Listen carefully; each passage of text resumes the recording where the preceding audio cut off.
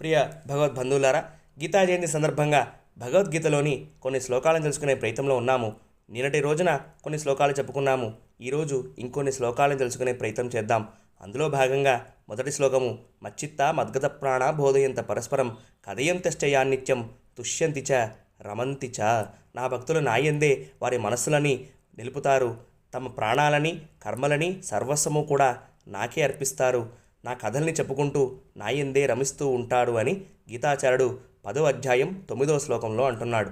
ఇంకొక శ్లోకంలో, యాంతి దేవవ్రత దేవాన్ పితॄన్ యాంతి పితృవ్రత భూతాని యాంతి భూతేజ్య యాంతి మధ్యాజినోపి మాం. దేవతల్ని పూజించేవారు దేవలోకము, పితరులని సేవించేవారు పితృలోకము, భూతప్రేతములను అర్చించేవారు భూతప్రేత రూపములను, నన్ను ఆరాధించేవారు నన్నే పొందుతారు, నా భక్తులకి మాత్రం పునర్జన్మ ఉండదు, మోక్షతస్తు జనార్దన అని అంటున్నాడు గీతాచార్యుడు 9వ అధ్యాయం 25వ శ్లోకంలో. ఇంకొక శ్లోకము, పత్రం పుష్పం ఫలం తోయం యో మే భక్త్యా ప్రయచ్చతి తదహం భక్తిపెహుతం అస్నామి ప్రయతాత్మనః.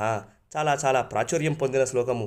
నిర్మల బుద్ధితో నిష్కామభావంతో భక్తితో సమర్పించబడిన పత్రము కానీ పుష్పము కానీ ఫలము కానీ నీరు కానీ నేనే స్వయంగా స్వీకరిస్తాను అని భగవానుడిచ్చిన మాట. ఇక్కడ గుర్తించాల్సిన విషయం ఏమిటి అంటే, ఆ భక్తిని కూడా ఇచ్చేది పరమాత్మే.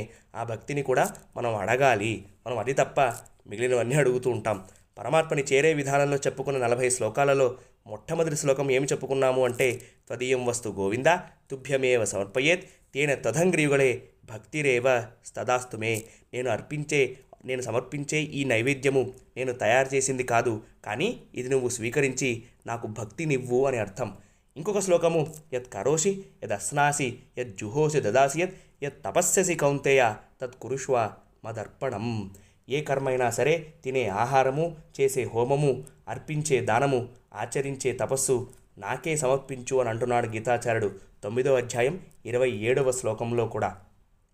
అందుకోసమే మనం పూజ అయిన తర్వాత లేదా సీతారామ కళ్యాణము లేదా సత్యనారాయణ వ్రతము ఏది చేసినా సరే చిట్ట చివరికి చెప్పాల్సింది సర్వం శ్రీ కృష్ణార్పణమస్తు అనే చెప్పాలి.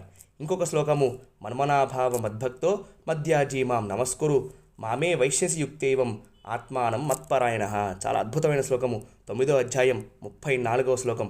నాయందే నీ మనసుని లగ్నం చెయ్యి, నా భక్తుడివి అవ్వు, నన్నే పూజించు, నాకు నమస్కారం చెయ్యి, ఈ విధంగా చేస్తే నన్ను పొందుతావు అని గీతాచార్యుడు చెప్పిన మాట. ఇంకొన్ని శ్లోకాలని మనం రేపటి రోజున తెలుసుకోవడానికి ప్రయత్నం చేద్దాం.